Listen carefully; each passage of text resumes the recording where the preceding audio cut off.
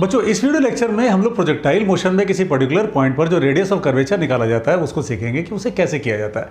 बच्चों को अक्सर ये कन्फ्यूजन रहता है कि भाई प्रोजेक्टाइल मोशन तो एक पैराबोलिक पाथ है, तो उस पर रेडियस ऑफ कर्वेचर का मतलब क्या हुआ और वो निकलेगा कैसे। चलो बेटा इसको डिस्कस करते हैं। सपोज आपने एक बॉल को फेंका है, सपोज 50 मीटर पर सेकेंड से 53 डिग्री एंगल लेते हुए, तो ऐसे एक पैराबोलिक पाथ लेते हुए ज़मीन पे आती है। सपोज आपने उसको u वेलोसिटी से फेंका है और थीटा एंगल बनाते हुए फेंका है, ठीक है। एग्जामिनर किसी पर्टिकुलर पॉइंट पर आपसे रेडियस ऑफ कर्वेचर मांगेगा। मान लो इस पॉइंट पर उसने रेडियस ऑफ कर्वेचर मांगा और इस पॉइंट पर वेलोसिटी ये v की है और एंगल हॉरिजॉन्टल के साथ अल्फा का बन रहा है। मतलब केस क्या है कि आपने किसी बॉल को u से फेंका, थीटा एंगल फॉर एग्जांपल आप कह सकते हो 50 मीटर पर सेकेंड 53 डिग्री से, और किसी इंस्टेंट पर जब वो मान लो 37 डिग्री का एंगल बॉल बना रही है या कह लो वेलोसिटी वेक्टर बना रहा है, उस समय आपसे रेडियस ऑफ कर्वेचर मांगा जाता है। तो सबसे पहले तो आप समझो कि रेडियस ऑफ कर्वेचर ये तो एक पैराबोलिक पाथ है। तो रेडियस ऑफ कर्वेचर की बात यहाँ पे कहाँ से आ गई?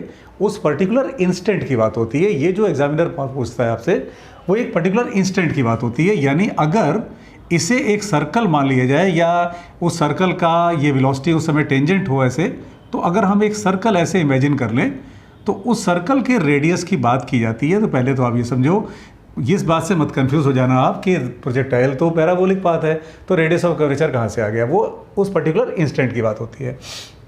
अब कैसे निकालते हैं इसको? सपोज आपने u से फेंका है थीटा एंगल से, v की वेलोसिटी है, अल्फा एंगल उस समय है, उस समय है, उस इंस्टेंट है हॉरिजॉन्टल के साथ। तो बेटा यूनिफॉर्म सर्कुलर मोशन का एक बिल्कुल सिंपल कंसेप्ट इस्तेमाल करके ये काम बड़े आसानी से हो जाता है। एक्सेलरेशन ड्यू टू ग्रेविटी नीचे की तरफ लग रही होगी।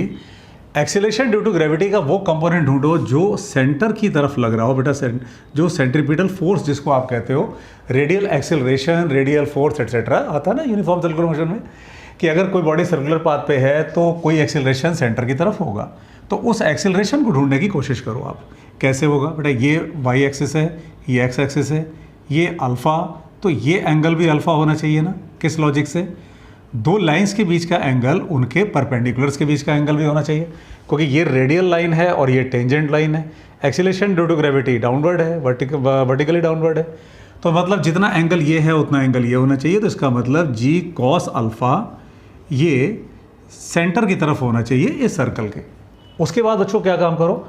सिंपल जो रेडियल एक्सेलरेशन वाला फॉर्मूला होता है v²/r वाला, बस उसको आप चला दो, आपको रेडियल एक्सेलरेशन ये फार्मूला, इसकी वैल्यू पता है ऑलरेडी। कितनी पता है? ये आप जानते हो g cos अल्फ़ा है v²/r। तो क्या यहाँ से r निकल आएगा? यस बेटा r निकल आएगा v²/g cos अल्फ़ा। अब अगर मान लो आपको v नहीं पता है, आपको बेटा कहीं v निकालना पड़ रहा है, तो आप हॉरिजॉन्टल वेलोसिटी रिमेन्स कांस्टेंट करके भी कर सकते हो। ये horizontal velocity initial u cos theta की रही होगी और इस समय जो वेलोसिटी है हॉरिजॉन्टल वो v cos अल्फ़ा की है।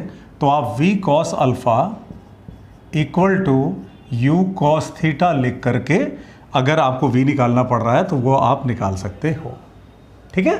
तो इस तरह से आप रेडियस ऑफ कर्वेचर को बड़े आसानी से निकाल सकते हो। Keep studying, God bless you.